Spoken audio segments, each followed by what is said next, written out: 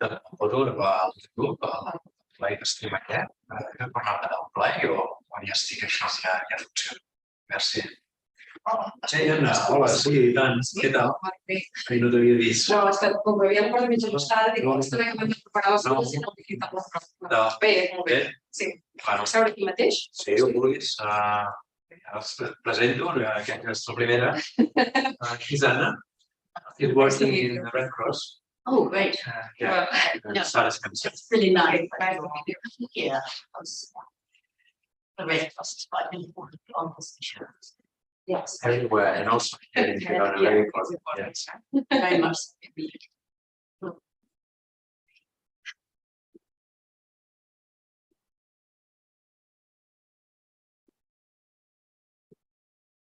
There you go.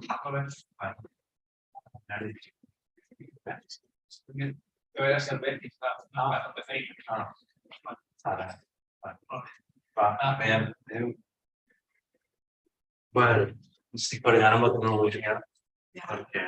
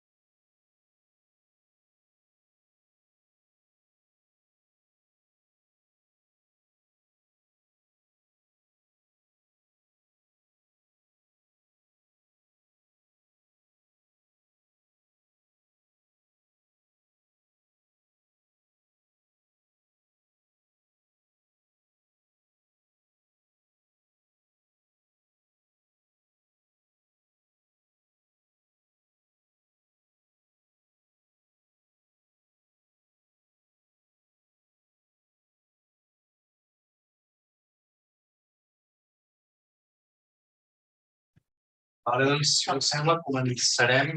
Tenim poca gent connectada, suposo que ja aniran arribant. I res, fem la introducció, la farem ja directament en anglès. I així s'arrenca. Vale. So, good afternoon, everyone. Welcome to Sarah, welcome to Blanca, the two speakers that will participate today in this seminar of the Masters of Migration at the University of Girona. This is a seminar with the students of the master, but today we have opened this section to other students and also to practitioners and also members of NGOs of here in Girona. I'm so sorry for the students because I thought that Oscar had explained it to you, and especially for Paula that will introduce Sarah. And when she arrived and she saw a lot of people here, so you can understand that she became more nervous, but this, don't worry, this is just a brief introduction. So from my point of view, I just want to say that today we have this first seminar. More or less, we will be here until 5:30. Then we will have half an hour or 20 minutes to have a break. And then at 6 o'clock, we will come back here again and we will have the second seminar with Blanca. I came earlier to listen to Sarah, who I follow for many, many years. So that's why I'm here. Very nice that you are. So all these seminars, we asked the students of the master to introduce themselves, the speaker. So now it's Paula that you will introduce Sarah Spencer, and I will share her presentation, and we can start.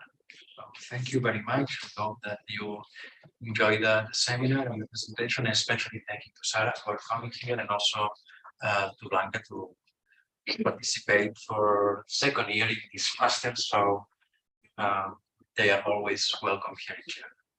So Paula, if you want, I can.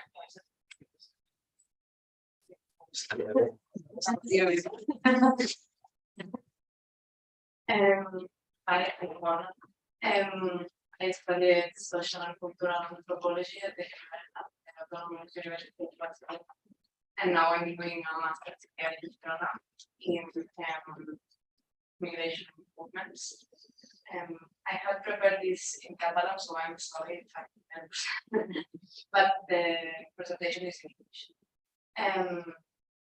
Well, I wanted to start introducing some concepts that I think are very important to have in mind when we speak about integration. They are basic concepts. Well, I don't know which we are. We are from Caritas. Thank you. Thank you, students, members of the town councils.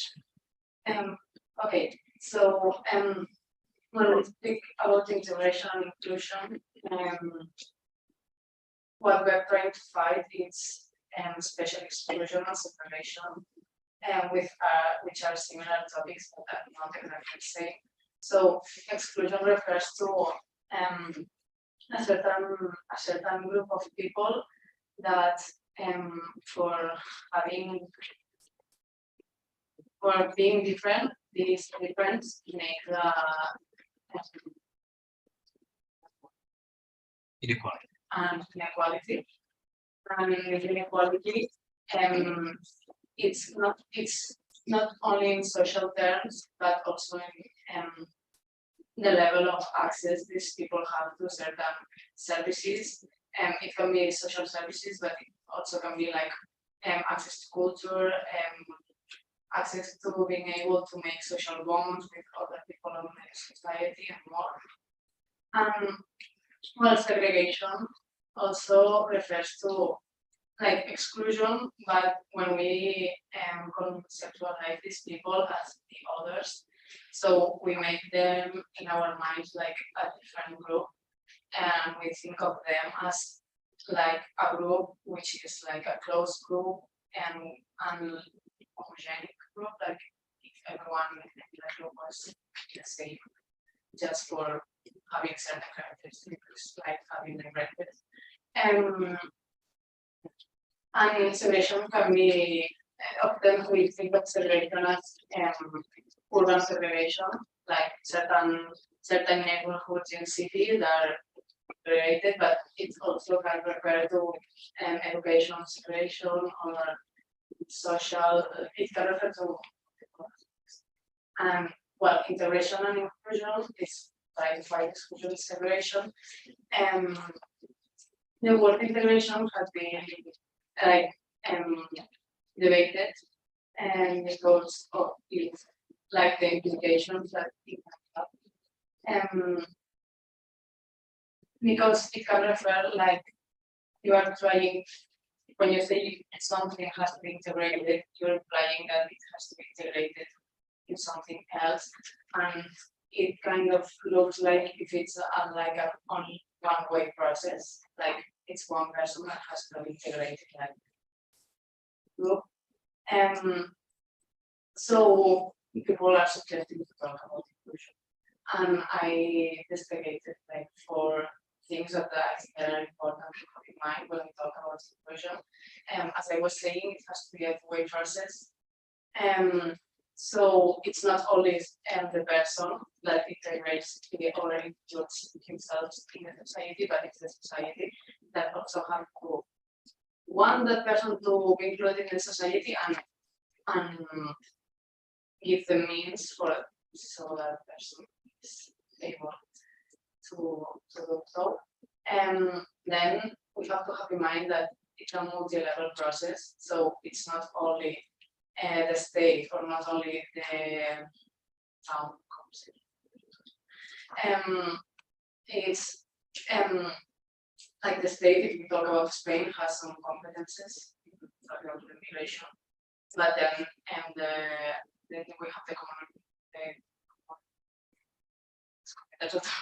Autonomous communities, who also have competences, and then there's like the more local entities that also have competences, and that's when you mix all of them in each specific location, you have different realities in which things can work. And then you also have to have in mind that there's multiple actors that are involved in this project. So obviously, policies and public policies are very important for that the case to work with. But we are not the only thing we have to do. And society is formed with a lot of actors. And it can be entities, it can be NGOs, it can be even cultural sports entities, whatever. It's all connected because they are all aspects in which people participate. And also there's like the individual aspects from these people, but also our individual aspects of what we have.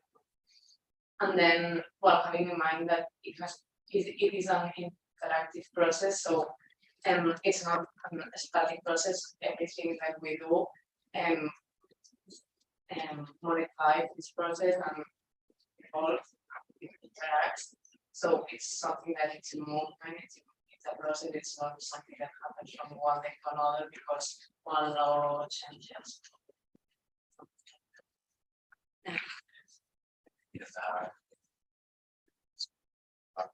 No, tranquil·la. Tenen un detalls, però un detall molt bé. Vale. These are some aspects that we have to consider when we think about inclusion and mass, because it's related to housing, it's related to education, health, so it's a lot of aspects. And we have to have in mind that not every people have the same access to this different aspect, and the combination on the level of the access that each people has will make a specific situation that will be different for every people. So it won't be the same for a woman, that's for a child, that for someone that hasn't had education, or someone that I don't know has something that makes him more vulnerable. And well, here is the concept of intersectionality, which is, in my opinion, very important. And well, there's a project funded by the European Union, which is called Mediterranean city-to-city migrations, and it has its report, which I took this part from because I thought it was very interesting, and it talked about the challenges and obstacles that we can find when we are doing public policies. So one, it can be the limited competences and resources, but sometimes when we are speaking of the local aspect, maybe cities have bigger resources, but if you are talking in a small town, your resources are very limited, so maybe you want to do more things. Then limited collaboration between departments, because it is very important that departments collaborate, but we tend to think about it as, okay, there's one department in immigration, and that's obviously immigration, but it should be like, okay, this department is in touch with the Department of Health, the Department of Culture, the Department of Social whatever, and they all make this strategy together, because it touches on society.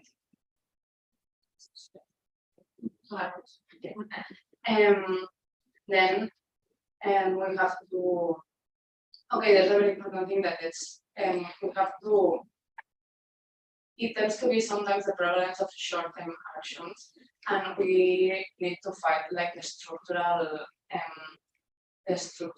causes of inequity. So obviously, well, we do that because it's like a long process. We will have to do these short-term actions to fight these consequences of these problems, but they should be temporal while we fight the structural problems, and not always doing short-term things, because then we will always. And also, this wasn't in the report, but I think it's very important that sometimes these policies, public policies, tend to be like very vertical, and it should be more participative, because we are doing public policies about some people, but we are not making them participate in this process. And this applies to immigration, but also to other aspects, like you cannot do policies about, I don't know, old people without speaking to old people and how they live their problems and how would they like to be solved, what problems they have in their everyday life. I think it's very important aspect. And well, now Sarah Spencer is the expert on this topic, will be doing this presentation. She's now a senior fellow at the Center on Migration Policy and Society, which is called Compass, and is from the University of Oxford. And in the past, she has been a director of the Global Exchange on Migration and Diversity, and also a chair of board of directors of the International Migration Research Network. She has won some awards, some of them are for an online tool that she made to make more accessible the eligibility of candidates for local authority support, and also an initiative on migrants with Precarious in Europe. And there's like one here. And she has also a lot of publications, but these are the more recent ones, and they are about immigration, inclusion, and centered in the European Union. And well, today she will be talking especially about the first one you see, which is local responses to migrants with precarious status, frame strategies, and government policy in Europe, which he published.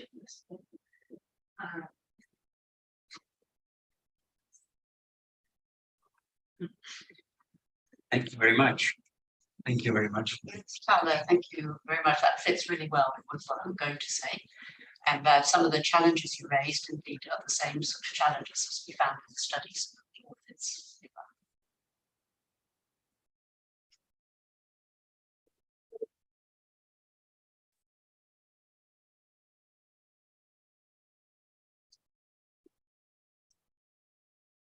Well, it's a very pleasure to be here to talk to you about the study that we did, which we just finished, on local authority responses to migrants who have precarious immigration status.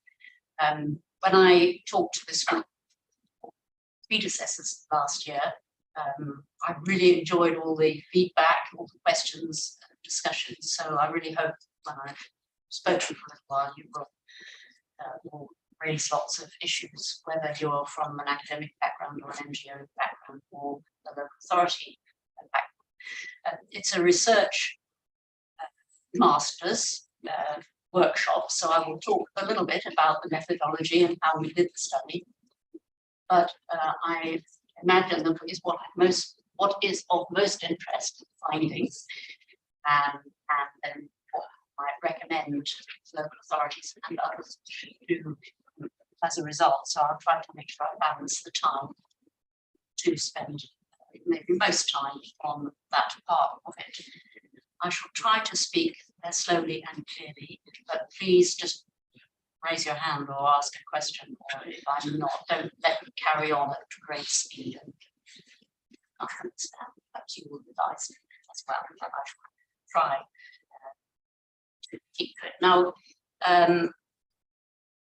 Rocket is going to talk to you later on about a huge study, I think, with a lot of partners and over 3 years, and I imagine a lot of money. This was a small study over 18 months with 3 partners in Austria, Germany, and UK. And we completed it at the end of last year. You'll see that for each of the research teams, we had a partner within the local authority that we were studying itself, which was Cardiff, Vienna, and Frankfurt. And this was really important in providing access to information and ideas, in reflecting on the research questions, in putting us in touch with key people in the city, including their own colleagues, and facilitating that access. And then later in commenting on the findings and thinking through with us what the implications might be, or how they might change their policies and practices. But it's important to say that the research is independent, so we have all that input from the city people, but they didn't in any way control the outcome. The second thing to notice is it was funded by Horizon 2020, the big EU funding programme, but it was through an initiative called JPI Urban Europe, who describe themselves as the knowledge hub for urban transition. In other words, they try to feed good ideas to cities and towns about what they should do to be more sustainable, whether it's in the face of climate or migration, whatever the issue is. So while being an academic study, this study was always intended to go a little bit further and come up with policy recommendations. And we have done that. And also to engage in knowledge exchange, facilitating dialogue between the cities that we were looking at, but also a wider range of cities, in the hope that the ideas and the recommendations would be something of a catalyst change. So up at the top, that you can't read on the side there, it says content. And that's just so that I can tell you that in this presentation, I'll tell you what the aims of the research were, what we mean by migrants with precarious status, what we knew from the research literature before we did the study, what we wanted to find out in the study. I'll tell you a little bit about our 3 very different cities, how we organised the research and the timeline, what challenges we faced in doing it, and then finally get to the findings and the recommendations. So overall, in brief, the study was to look at city approaches to inclusion of migrants with a precarious immigration status in municipal services.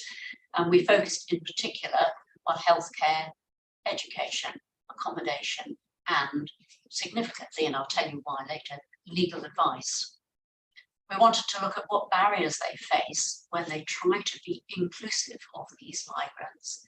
And we were very interested to look at how they frame justify their approaches? How do they describe why they are doing it?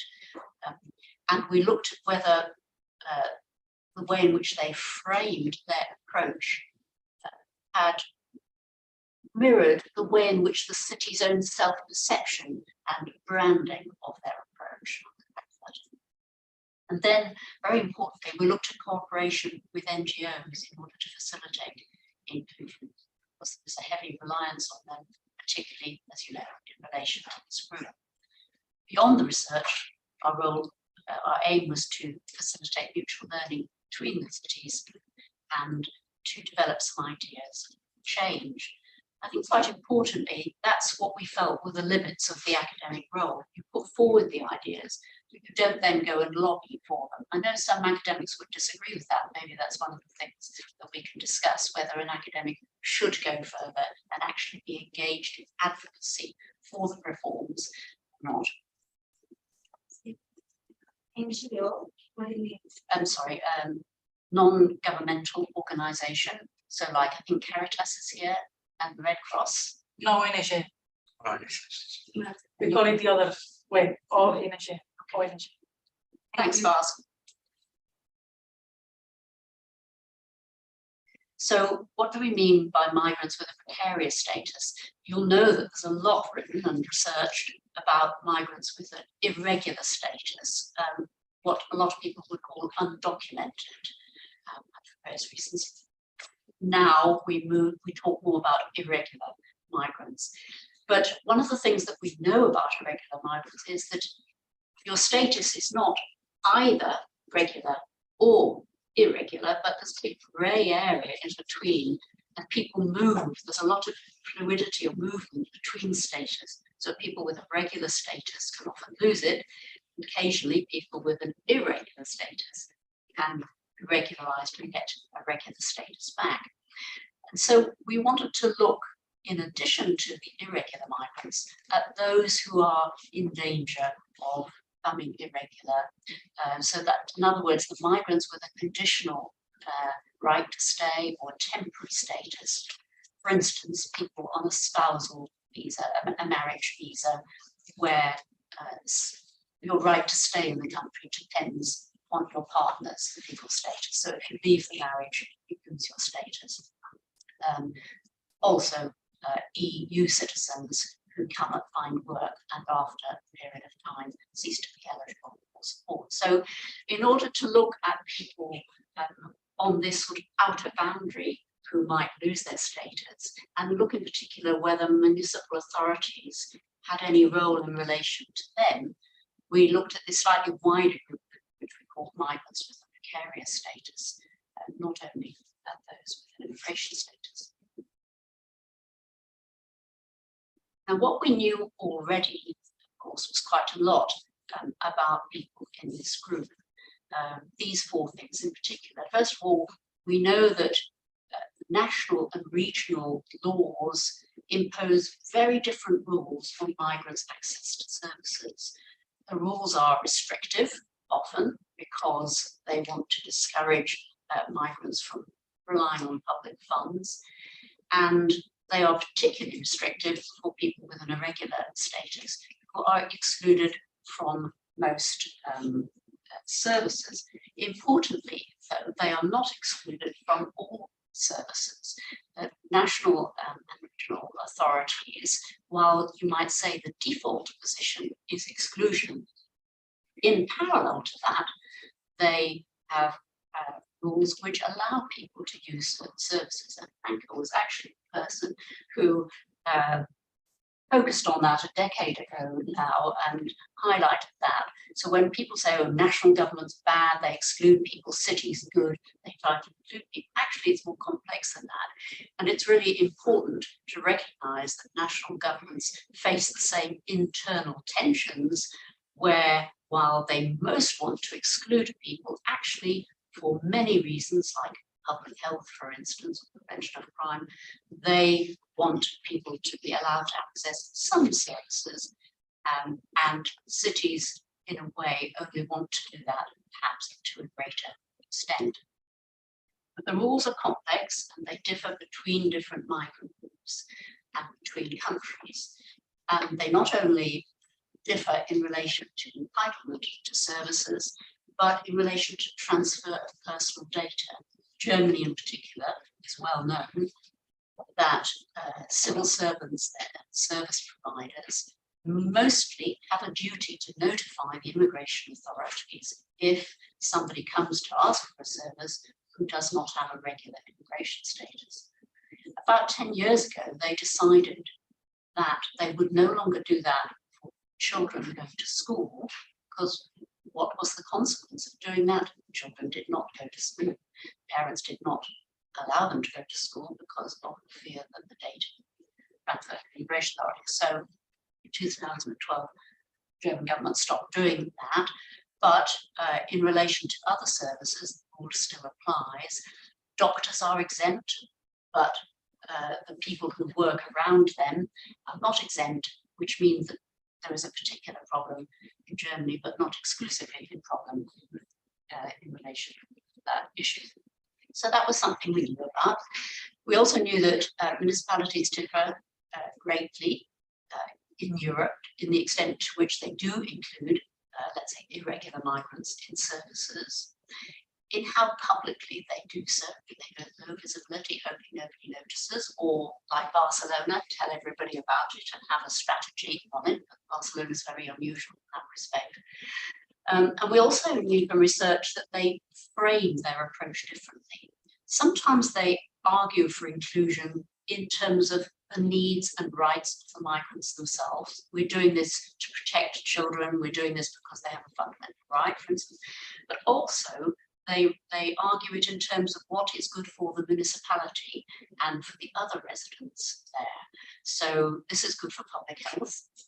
It's good if we give people accommodation because we don't want street homelessness and the issues that can rise to. It's good for crime prevention and so on. And it's interesting the extent to which municipalities rely on those arguments, not only humanitarian and human rights arguments, to justify when they are inclusive. We know a lot about municipalities partnering with NGOs to provide services. And we also know that the sensitivity of the issue can test relationships between different levels of government. Quite a bit of research on municipalities being more inclusive than national governments want them to be, and therefore tensions arising. Quite a lot of litigation in Italy, for instance, some of the UK, big political arguments in the Netherlands about it. So those were the kind of things we knew already, but there were a lot of things that we didn't know and wanted to find out, and so effectively our research questions. One of them, and this is one of the things that you said about, is there one approach to precarious migrants in the municipality, or in fact, is there inconsistency across the authority? So when we have a city like Frankfurt, which is known to have very good policy on health, does that cut across to the other? Are housing good as well? Is the education department good and so on? Or is it wrong to say that a municipality is inclusive? Is it in fact perhaps just one department which is inclusive? And we wanted to know more about that.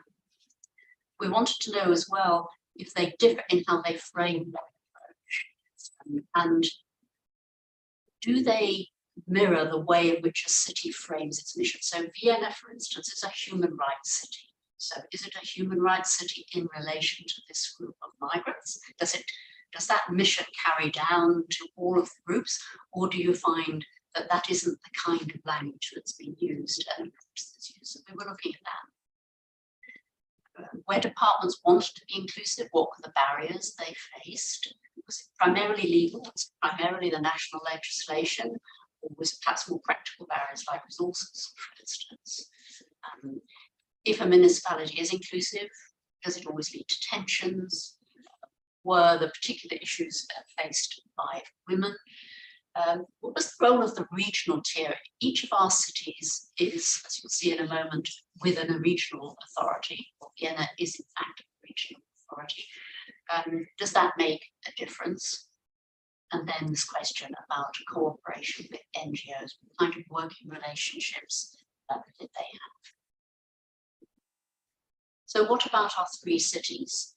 We chose 3 very different cities. So Cardiff is the capital of Wales. Wales is a nation within the United Kingdom. Cardiff is its capital, a port city, but you'll see quite small. I don't know what the population of Girona is, but Cardiff has 369,000 people. So it's significant, but it's not very large. Frankfurt in Germany, big city, 750,000 people, and it's located within the region of Hesse. And Vienna, a very large city, and interestingly, is both a local and a regional authority. It exercises the powers of a state as well. So they have very different responsibilities for services. And as you know, these 3 countries have rather different healthcare systems, and NGOs play rather different roles in relation to providing social services, essentially quite big roles in Germany and Austria and a more marginal role in the UK. So why these 3 cities? Well, because they also share something really important. They all have a long migration history and a significant population with a migrant background. They're all faced with pretty restrictive national laws on allowing migrants access to services and welfare support, with exceptions, as I said. And they all are facing the challenge of responding to residents with precarious status and are not really quite sure what to do. Because of those differences and similarities, we feel that what we have found out about the city has a greater relevance than if we had just focused on 3 very large cities. By looking at this range, very different, but facing similar challenges, we hope that the recommendations are relevant across Europe to cities of very different kinds. Now, when you do a study of this kind, definitely always with EU funding, I think Precarious is going to take the same thing, you always have to tell them how you're going to divide the research into work packages. You need to tell them who is going to be responsible for that package, who will take the lead. You have to tell them which months of the study you'll be doing it. And this was just the beginning of what we had to tell them. For instance, for good reason, they wanted to know how many women would be involved in research, in the team. But then they wanted to know how many hours would the women be working within each of the work packages. Now, it's motivated for good reason, equality, but how many hours did it take us to work all of this out? And you're trying to imagine exactly what this work package will be and which of the staff will work on it, and come up with an answer that isn't too unreal. It takes a lot of time. And all of this is before you get money. This is the research application. And actually, if you didn't have a university staff who were on the admin side, who were willing to help you work all of this out, it would be extremely difficult to do. So thanks to our research colleagues, we got the money, but they do ask a lot of them before they decide to give it to you. The research timeline, what I particularly wanted to point out here was that we involved the city stakeholders in each of the 3 cities all the way through. We didn't just come to them at the end and say, this is what we found. And we didn't just consult them at the beginning. We consulted them at the beginning to say, we think these are the issues. Does this mirror what you are finding? So this is local authority staff and NGOs. You tell us what the issues are. Have we got it right? Do these research questions fit? Well, these are things you want to know the answer to. Then through that, of course, we also met them. That was very helpful in getting interviewees. And we hoped that they would feel a sense of ownership of the research, so that when we did finish it, they would identify with it more influential. The city lead official, who was part of our team, was very helpful in facilitating this. We then did the background study, everything you can get from the literature and the policy reports and so on. We then did the field work.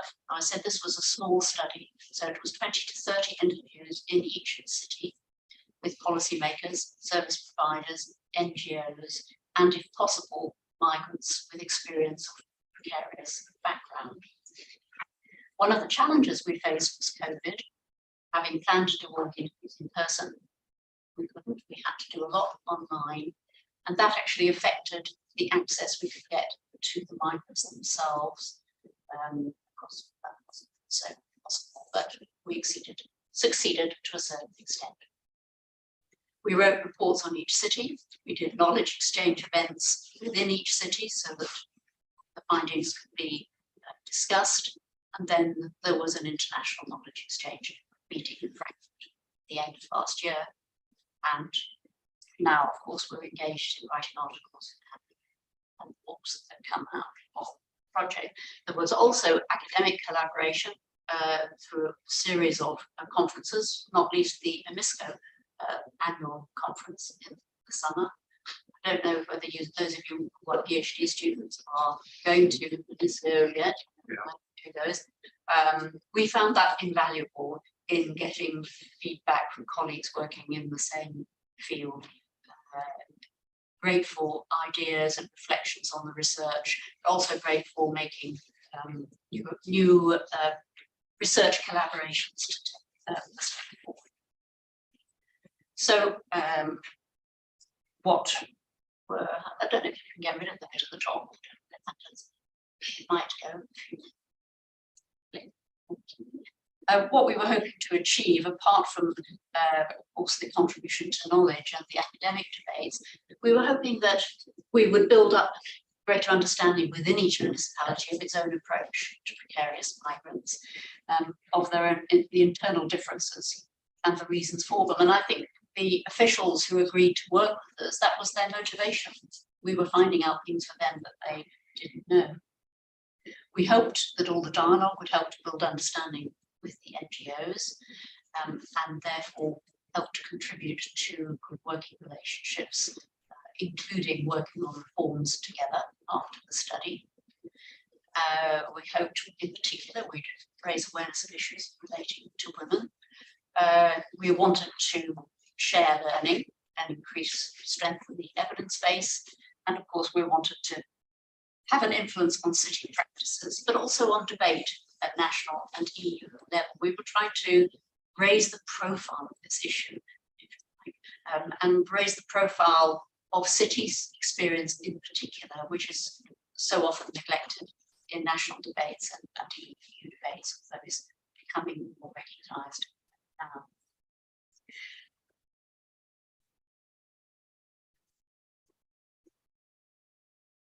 We've done something to good. So what challenges do we face? This is the last before we get on to the findings. I said that the study was funded by this JPI Urban Europe consortium. It was a consortium of national funding bodies. So after the JPI had said, yes, you're one of the 8 successful projects that we will fund, we then got notified by each of the separate funding bodies saying, you've been successful, but actually we have a separate system and a separate budget system, and we need you to submit all the information again, the application and the budget according to our format so that it's compatible with our system. So that was more hours and days before we could actually start. So different procedural requirements, very complicated. COVID, I mentioned we were unable to have many of the meetings in person. But in fact, in some ways, it had benefits because the online meetings, you must have found that yourselves, more people attend. So it was easier for people to attend the stakeholder meetings online than it would have been if we had more person. And in that way, we had a greater reach. With any project with 3 countries, more countries, comparative analysis is a challenge. You've got 3 different legal systems, 3 different governance systems, migration histories, and so on. Language was an issue of the project. We conducted it in English, but Vienna and Frankfurt needed to do their interviews in German, which meant that the materials were less accessible to the UK researchers. Also, in fact, one of the red gem, so that was fine. A big challenge interviewing precarious migrants. Of course, people don't want to be in contact with any kind of authority if their immigration status is irregular, and it was difficult to organise it online. At the bottom it says the biggest challenge in a way perhaps is the one we face now, and that's delivering change. Having found out what's going on, having come up with recommendations, will the 3 cities now embrace it? And what that comes down to really is the person who was our partner in the study, who was motivated to take part, are they influential enough in the face of the barriers that they face to actually make change happen? And will they work closely enough with the NGOs, perhaps for the NGOs to have the advocacy to help make it happen? And that's a longer term question, which we don't yet know the answer. Okay, so this gets to the bit. What did we find out? First of all, the migrants themselves, it confirmed, let's say, how fluid immigration status is, essentially how easily lost with it the rights that come with having status such as they are, and the greater vulnerabilities of losing it. Whether it was spouses because they were leaving a marriage, EU citizens because they couldn't find a job, people who wanted to make an application to stay but couldn't afford it. In the UK in particular, it's hundreds of pounds. So if you can't afford to stay in a regular status and so on. We did indeed find that women face particular vulnerabilities if they have an irregular status. This is because, for instance, they're working in domestic environments where they're vulnerable to being treated, let's say, because of the issues around childbirth, and there's restricted access to healthcare, and in relation to domestic violence if they don't feel able to leave property. So clearly, men are vulnerable too, but there were particular issues relating to women. We found in each of the cities that there were huge consequences of the complexity of the overlapping national, regional, and local responsibilities, policies on this issue. Nobody was really clear who's responsible for. Isn't this a national government issue? Isn't this a regional issue? What's my department's responsibility? And they were very confused what migrants' entitlements were. Each category of migrant, whether it's a refused asylum seeker or an EU citizen, or somebody who wasn't a spousal visa who no longer has it, each of them have different entitlements. And in most cases, many cases, the local authority staff simply didn't know. And so they used their discretion either to grant access or not to grant access. And that led to very inconsistent practices. We found that the expertise on migrants, their entitlements, was very localized in a very small number of staff who were very overworked trying to sort the whole thing themselves, working closely often with NGOs, and NGOs depended on them heavily, whereas most of the staff in the authority didn't have that expertise. We found that in each case, the regional tier was more inclusive than at the national level. So that was true in Frankfurt, it was true in Cardiff, of the Welsh government, and of course in Vienna, which is itself a regional authority. It's one of the things that we point to at the moment when looking at future research agenda, because we really don't know a lot about regional authorities in relation to this issue. What motivates them to be inclusive? It's easier to understand at the municipal level, but in each case, our regional authorities were more inclusive, and that was very helpful. It created a space, sometimes by easing the regulations to provide greater access, or provided some what we call political cover, because the regional authority was sympathetic, which helped, but couldn't overcome, obviously, the national restrictions. Then we get to the city itself, and we find each of our cities had a self-perception as being inclusive. They described themselves as prioritizing opportunities, as multicultural, as a human rights city. And yet we found that in each case, and I think this surprised me actually, there was very limited recognition of residents with precarious status. It was marginal to their agendas. They had very little evidence, very little data. They weren't talking about it. And there was no single municipal approach on the issue. Now, Barcelona, since 2017, has had a strategy, a published strategy and a budget to deal with irregular migrants. There's a sort of vision there. There's a discussion of what are we trying to achieve here. None of these councils have done that. There was no vision, there was no coordination. We might have expected that in Little Cardiff. We didn't really expect that in Big Vienna. So that although in each case they were working in different ways with precarious migrants, providing some level of access to some services, each department was doing its own thing, essential. And the approach was developed bottom up, we would say, by the staff. It was the social workers, the teachers, the healthcare professionals who were seeing a need and responding to it. And in no case was this a council policy that was coming down from above. I think the bottom one there, which we can't see, says we also found there was very limited framing of the approaches. So because they weren't talking about it very much, and because there had been no council-wide debate, and I think because none of these cities was in a major debate with the national or regional government about it, they hadn't really articulated why they were being inclusive.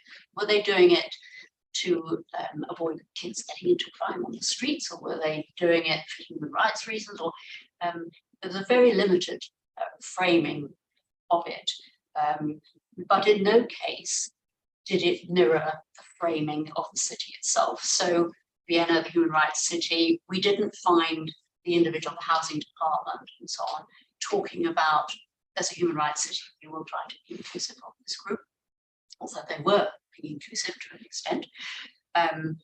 In Cardiff, it's a sanctuary city, but we didn't find that language in relation to this group. Although interestingly, the NGOs did use it. They used that to say, look, this is a sanctuary city, we should be extending it to this group. And again, in Frankfurt, we didn't find a real connect between the overall framing of the city and how they were describing their approach.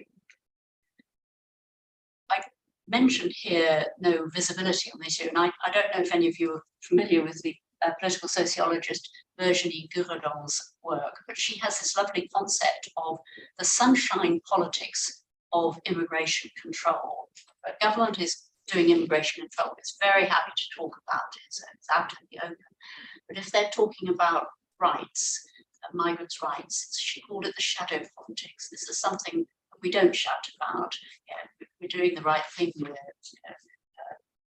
respecting people's rights, we're giving them services, but we'll do it in a low visibility way.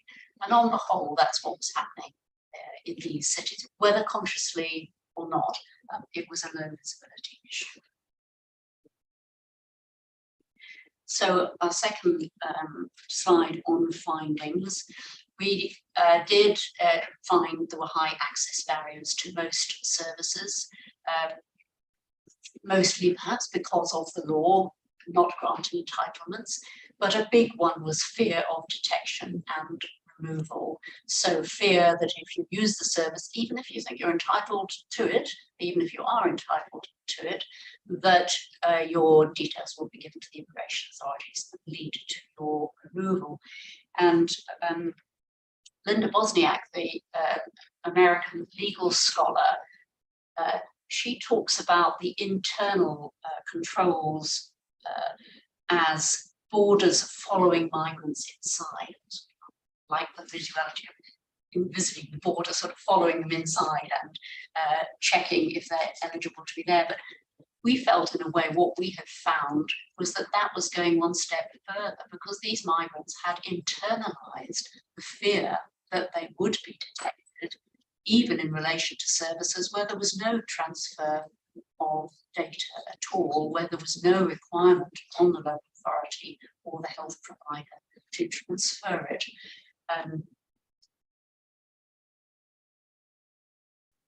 That was the main barrier, apart from the lack of eligibility, a real fear. And the fear was less in relation to education. Interestingly, school education was the most accessible because the rights are so clear in legislation, and that if only they would do that and make it clear in relation to other services, then the fear could be removed. People also are afraid that they get fees. You know, if I have my baby in hospital, will I be sent a bill that I can't possibly afford? And interestingly, in each city, there was a fear that children would be removed. You know, if a mother goes and asks for help, well, they say, I can't help you, but I'll take your children into care. That was a great concern, and yet children are only taken into care in the most extreme circumstances. So again, that was a fear that could be assuaged, dealt with quite easily. There were, of course, as with all migrants, language difficulties and lack of information on what their entitlements were. And legal advice, I mentioned that this was significant. With the other services, if you have access to healthcare, education, accommodation, it's meeting a basic need. But legal advice was doing something different. It was trying to tackle the underlying problem of precarious status. And the municipalities will recognise that there was real value in getting people to have access to legal advice on immigration, so that they could find out if they were eligible to be regularised. Maybe they were eligible for asylum for refugee status, if only they had the advice that they couldn't afford unless it was provided free. All of the municipalities recognised that, but they had very limited means to make it available. In each authority, more so in Cardiff, at least so in Vienna, but in all of them there were major capacity issues in their response. All of them lacked expertise on migrants, precarious migrants. They lacked the resources to spend on this particular group. There was an extreme lack of data. And data and evidence is, of course, important for developing policy, but it's also important for developing awareness. If you've got a study which shows that these issues are there, these needs are there, that's actually incredibly helpful in winning the political argument to remind them. None of the cities had that. All of them relied on underfunded NGOs for many of the services, or to signpost to services. So, for instance, in Frankfurt and Vienna, NGOs provided a lot of the healthcare, almost all the healthcare. In Frankfurt, the local authority is involved in an internationally known very good project, but mostly it's the NGOs that provide it. They rely on short-term funding, and they rely on doctors and nurses willing to give their time free. It was different in the UK, where the National Health Service, and we didn't have parallel services in Cardiff, but the NGOs tried to be knowledgeable on where migrants could get healthcare in the National Health Service, and they signposted them to the right doctor to get help if they could. So they were playing different roles, but equally vital roles. In most cases, it's interesting that the local authorities had very good relationships with the NGOs. The NGOs were a bit frustrated that the municipality didn't do more, but there was an understanding about capacity. But there was also a little bit of distrust, a sort of ambiguous role of the municipality. Is it part of the state? In which case, should we really trust it? Can we trust them not to hand on data to the Home Office, the Immigration Authority, countries? Or is the municipality a migrant's friend? Are they with the NGOs or not with them? That's one of the things we can discuss. What is the role of the municipality here? And when it's being inclusive, is it really, in a sense, doing the state's bidding? Does the national government really want the municipalities to be a bit inclusive? Because that avoids the worst excesses of exclusion, which would be unstabilizing. Or when they challenge municipalities for being inclusive, are they genuine? Do they really not want to be inclusive? And there's an academic debate on that you might be interested in. We found that COVID had definitely exposed the vulnerabilities of people, for instance, living on the streets, people who had found irregular work but were now unemployed, for instance. But the government responses actually had some great benefits because they didn't want people sleeping on the streets. In each case, they had developed programs that brought them off the street during the pandemic. And in Cardiff, this is ongoing. The money hasn't stopped yet. And one of the things Cardiff was able to do was provide legal advice along with the accommodation. So by providing the service, they got access to the migrants to be able to give them legal advice and therefore address their situation. And they had a high success rate with that in resolving people's precarity, which of course is exactly what other cities have found. So Utrecht says it has an over 90% success rate with its legal advice in either getting people back into the asylum system, regularised, or agreeing to go home voluntarily, but mostly regularised. Ghent says the same. So this practice of providing legal advice with the service is definitely important and a rather example of good practice. And finally, I suppose we would say an overall finding, big question mark whether this approach to these migrants is sustainable. Here you have these national regulations which are promoting exclusion, local authorities which are trying to avoid the worst effects of that, and depending on NGOs which are underfunded to do it. That doesn't sound like a sustainable approach in the long term, particularly if the demand grows, if it becomes migrants. So a future research agenda. We highlighted 3 things that we think are important. We need more data and evidence about the migrants' precarious status themselves. We didn't have the resources to do that. We need to know an awful lot more about the conditions in which they're living, their experiences of contact with services, pathways in and out of regular status. And you may know about a new study that's run by the University of Friends, Miran, another EU-funded project, which is going to provide a lot of evidence on that, which would be helpful. And I believe will provide some evidence at city level as well.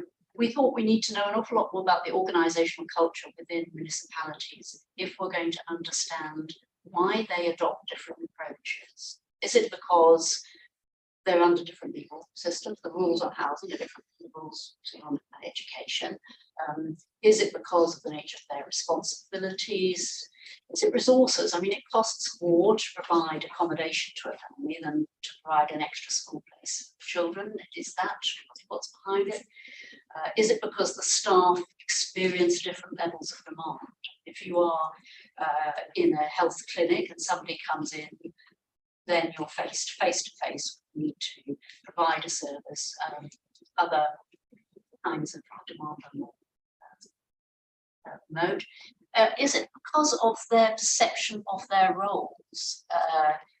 I'm a social worker and I have a professional responsibility to help people in need, for instance. And you may know the work of Van der Lund, who looked at the exercise of discretion in relation to irregular migrants. And one of her findings was that professional people with a professional qualification and a perception of a professional role exercise greater discretion. They feel they have more authority and they exercise that authority to be more inclusive than people who are in less senior roles. Is that perhaps partly what's happening here in terms of who is it the migrant is interfacing with when they come to the local authority? And we certainly need to look in depth at other services. We only looked at 4 that you saw. One of the ones which is very interesting is what can be done for victims of crime in irregular status. One won't go to the police because, of course, they don't want to be deported. And you may know that the University of Barcelona was leading a study on that, which was launched at the end of last year. So this really exciting new research that's going to give us a lot of evidence. Regional authorities, I mention them because there's very little research that I know of. There is some, but I think it would be very interesting to know what drives their motivation towards inclusion or the opposite. And what role might they play? There's been a lot of discussion about what role cities might play in changing the narrative on this group of people. But what about regional authorities? They also play a role. They have an questions. Okay, policy recommendations. I think there's rocket science here. We need some clarity on the rules on access to public services. This is really a national government or regional government role. Could somebody just go through and write it down, who is entitled to what, so that service providers know, the health professionals, the schools, the NGOs and migrants themselves. A bit of transparency here would go a long way. Could the councils actually, instead of having this ad hoc fragmented approach, could they develop council-wide vision and a strategy to deliver it? Very few cities have done it. I mentioned Barcelona, Zurich is another, but on the whole, they haven't, but it would mean much greater coherence across departments and also a matching of the branding of the city with what's happening. That's down below. Ensure low threshold access to essential services. That's good for the migrants, but also good for the municipalities. But there would be a need to build the internal municipal capacity to deliver, you need staff, resources, and expertise. The relationships with NGOs, while we found they were largely good, we didn't find it was the sort of battlefield that Rizzo Ambrosini talks about. Relationships were largely good, but they were very ad hoc and dependent on a particular individual who worked for the NGO and a particular member of staff at the municipality. If we're really going to rely on NGOs in the long term, shouldn't we build this relationship on a more permanent basis and have a proper governance arrangement around it and proper funding arrangement to sustain it? Now, the next one is really important. Refrain from unnecessary data collection. If the government does not require data on immigration status and the local authority itself does not need it, then don't collect it. That's what this says. It says, don't ask, don't tell. The city of Zurich did an exercise where they went through all of their services to find out, do we ask about immigration status? Do we actually have to ask about it? If not, why aren't we asking about it? Simple exercise. If you don't have to ask about it, don't ask. If you do have to ask about it, then you need an effective firewall so that the data only goes where it has to go. And then you reduce the fear barrier by making it transparent. If you use this service, your data will be transferred to the immigration office. Okay? If you send your child to school, no one will be notified of your immigration status. So whatever the rule is, there could be transparency. We thought providing access to legal advice was hugely important because it's the only way in which to address the underlying problem, actually get rid of the precarious status. We think it's important for them to be a debate of gender-based vulnerabilities, what particular measures are needed. We suggested that given there have been these good practice examples in response to COVID, why not capture them now and build on them before they're forgotten, where they're still in place, keep them, because the benefits are great. That's all for the city level. The one underneath says use existing policy levers at national and European level. There are some levers which are there but which are not being used. One example is at the Council of Europe, they have a policy recommendation which is that municipalities should have firewalls. That all public bodies should have firewalls. General Policy Recommendation 16. Has anybody ever heard of it? No. But they could promote it.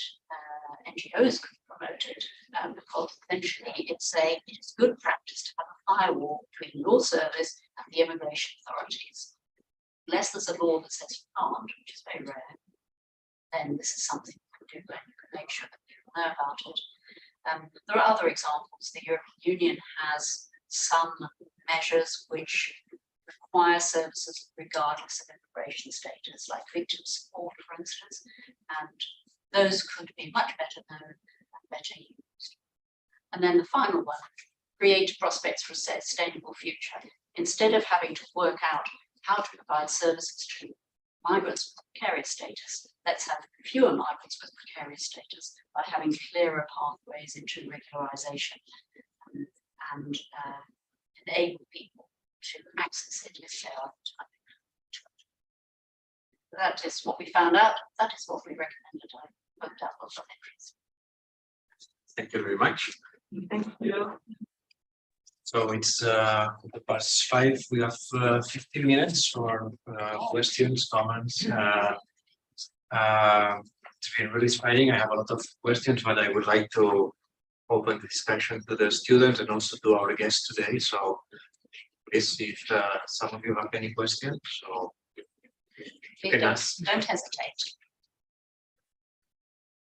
We also invite the students that are following the seminar online. So if you want to ask any question, please let us know. When you were talking about how you were thinking about the investigation and that it's probably an independent investigation, but you were relating on some people from city halls to get information. Yes. Wasn't it a concern for you that they would just try to look good instead of telling the truth? How did you avoid that? Well, we gave them anonymity. So in the reports, they are quoted as an interviewee by number, and in the list of interviewees, it'll say if they are from the local authority or the health authority and so on. But we gave a little thought to how we could avoid even necessarily indicating the department in case it would be too obvious who it might be from the department. So in that case, we would say interviewee, but not where they were from. We were very careful and we assured them that we would not identify them in anything saying. And they were critical of colleagues in other departments in particular. And they didn't hesitate to say that. I think sometimes it's a frustration. It's well to be able to talk. We then showed the report, and they knew that we would, to our contact in the department, who read through it and told us if there was anything that was problematic in that way, which there wasn't, but they could have done. And I suppose the other way, you know, is that you're, of course, people do want to, in some ways, say things are better than they are, but you're getting a story from a number of different people in the same department. You're getting also from the FGOs, in some cases from the migrants. So sometimes the stories didn't quite mirror each other. But in this particular case, the staff on the whole were very frustrated that they couldn't do what they wanted to do. They weren't trying to say, we do a great job looking after these precarious migrants. It was, we are deeply frustrated that we can't do it. So, it's not, in other circumstances, I still might paint a happy picture, not in this one.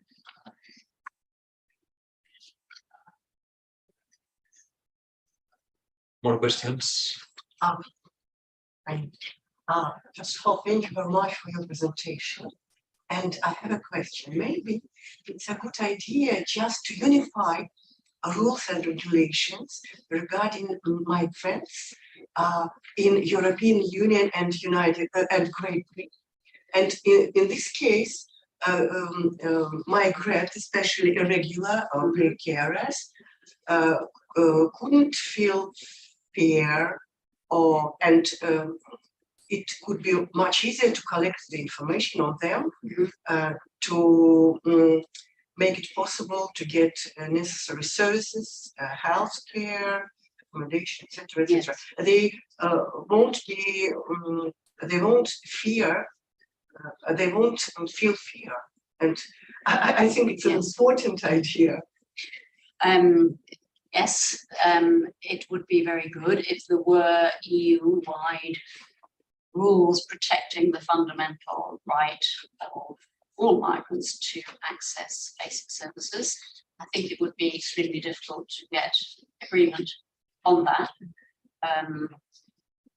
The national authorities feel equivocal. They are torn between, on the one hand, feeling that their primary concern and responsibility is to detect people who aren't supposed to be in the country. Some of these precarious migrants are, but the people who are unauthorized, governments want, in theory, they want to find them and remove them, but that's their job and to manage immigration control.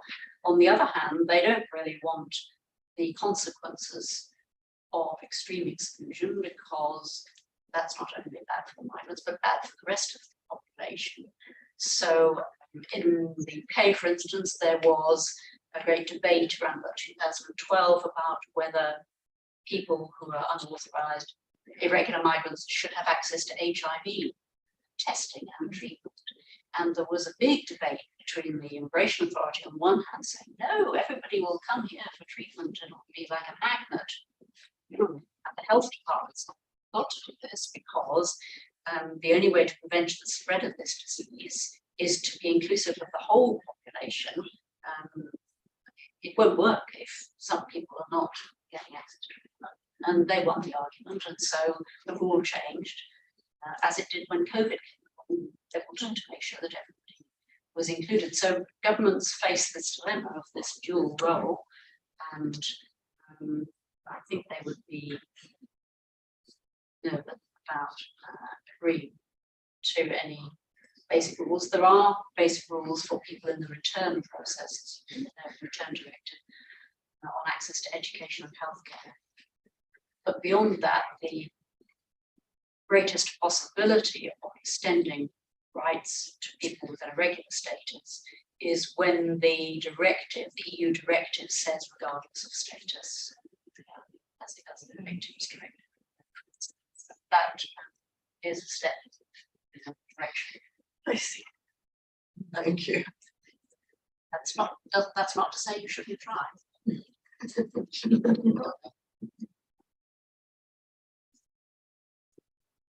The situation maybe in Spain or in Catalonia is different from his countries. And have analyzed, because here, like an undocumented migrant, just only for the fact of being registered at the town hall, has access to a lot of rights. And I think the undocumented migrants are not so, or they don't fear so much to be in contact with the authorities and report crimes and everything. I mean, I don't feel they fear to approach the authorities. For us, it's very obvious that they have the right to go to school, to access to the education, to the health system. So it's very different from these cities, no, or legal regulations you have to analyze. It's an extraordinary system that you have, that people can register at the local level. You have to register, and that they can be confident that the data is not transferred. You should realise how different that is from other parts of Europe. I mean, you did have a move here some years ago to stop people having access to healthcare. Yes, Big stage about it. And then that was pushed back, so they have access. I think you also don't have this sharp distinction in your debate between migrants and irregular migrants. There is a huge distinction in Europe. And I think also maybe I'm not correct, but I think also maybe the removal system in Spain is not so well funded that in other countries. Yes. Because maybe, I mean, people who work with migrants normally, I mean, we complain about the system, but we compare each other to other countries. I think the removal system in Germany, for example, or in other countries, is well founded and it works. But in Spain, well, it's not well founded and sometimes it doesn't work. Yes. So maybe there are people here who have, I don't know how to say it, a reject order. Yes. I mean, they are supposed to be expelled from the country, but in fact they are not. And they are living here, they are studying, and they are doing an ordinary life, just to say Yes. like that. So I think this is a I'm not sure that part is so different from the UK. Certainly, the system has not been resourced in order to follow up on detecting people. But it's also has great difficulty removing people because other countries don't want to accept them. And sometimes people destroy their papers. So government finds it difficult and expensive to remove people. That's a great dilemma that they face. Sarah, if I may, there is another key difference. In the case of Spain, there is a path to regularization. Yes. And it's a clear and well-known path. Much easier path. Yes, in the UK. exactly. And I think that this makes a huge difference. Have this prospect, which is linked to El Padrón. Yes, And, 3 years. Yes, exactly. Yes, but of course, countries in Northern Europe would say, well, this just encourages people to come. They only have to survive for 3 years, and you give them services during those 3 years. So, doesn't this make Spain a magnet? That would be the argument. Is it true? I don't think so. No. No, but I think that somehow this is part as well of the migration regime in Spain, in the Yes. sense that we have a quite restrictive entry policy, but then an ad hoc migration policy in the sense of respect, then coming irregularly, staying for 3 years, and finally regularizing. Yes. So that's So you don't just have the level of exclusion that you can have in Europe where people are irregular for many, many months. The magnet, we just need to enlarge the market, legal market, and that's all. Because yeah, depends on the way Because there aren't enough jobs. much. Well, another important issue is that maybe the weight of the informal economy in Spain is very different from other countries in Europe. So in this state economy, it's benefits from these Yes. irregular migrants that are, they don't have rights, they are paid low. So I think this is another important difference. You mean that's the reason why governments are relaxed? Yeah. But enforcement. Yeah, otherwise, if you don't have this great number of undocumented migrants, maybe it should be the responsibility of the state. So it's better for them, so you can pay less, and we don't have a responsibility as a state.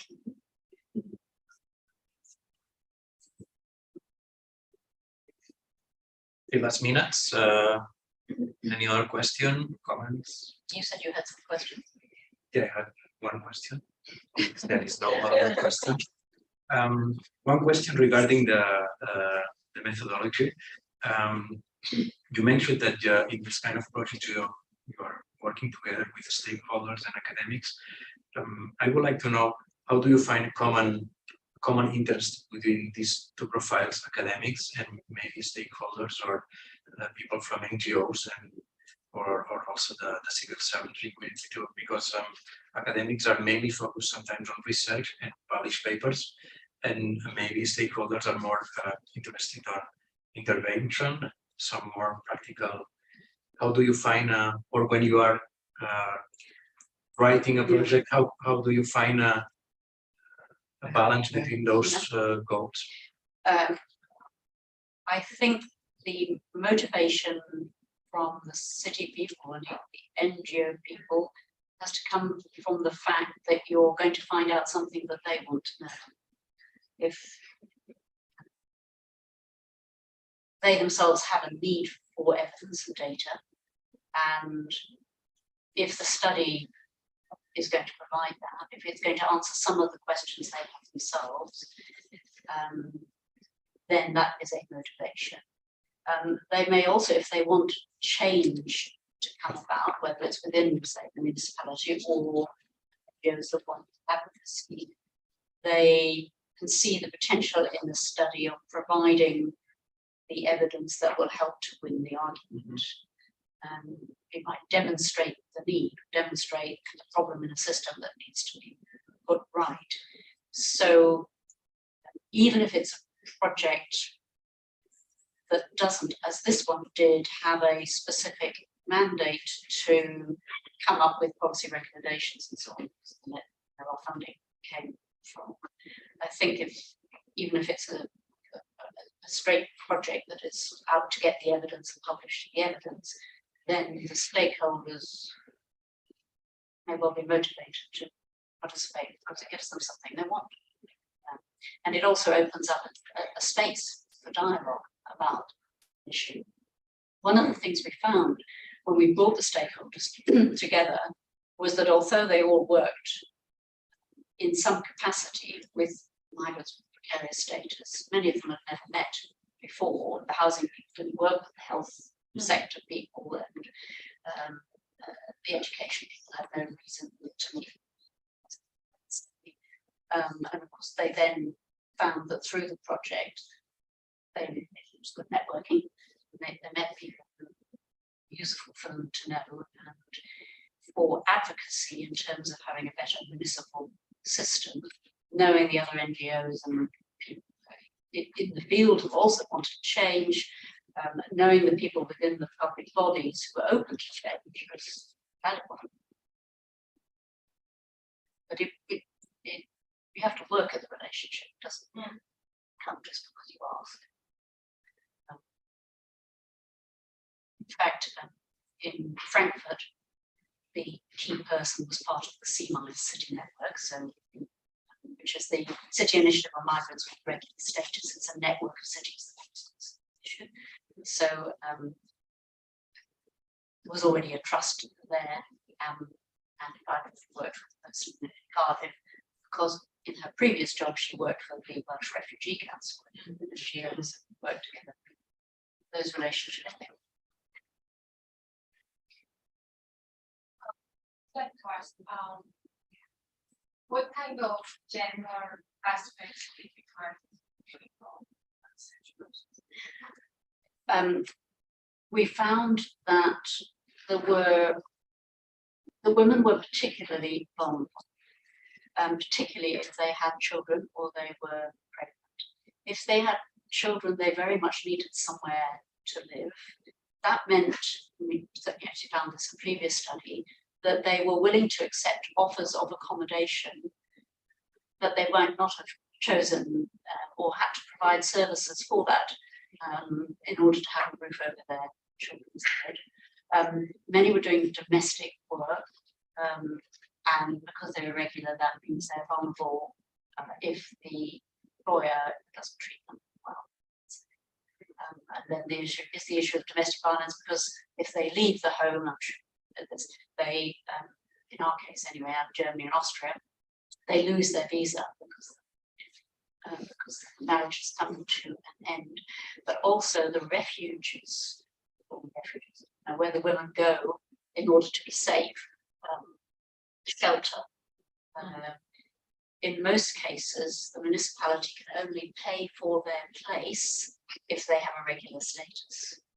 So the shelter can't accept them because nobody's going to pay for their accommodation. So one of the positive things we found was that Frankfurt had responded very positively to the Istanbul Convention on the need for protection for experienced violence, and it had been a lever through which they had provided more places for women regardless of immigration status. It was nice to see an international convention like that used by a city as a lever for delivering a change in practice and getting some resources to do it.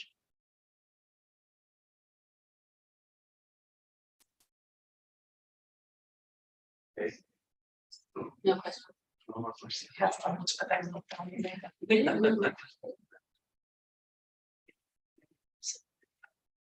So thank you very much, Sarah. It's been a pleasure to have you Thank you very much. here again. Hope we can invite you in the future again. And now we have maybe half an hour for a break, and then at 6 o'clock we'll start again. Per les persones que no conegueu la facultat, si voleu a fora hi ha el bar, i si no a la planta soterrani també hi ha un bar de la facultat. Si no voleu consumir res, podeu passejar per aquí fora. Veureu. Fins ara.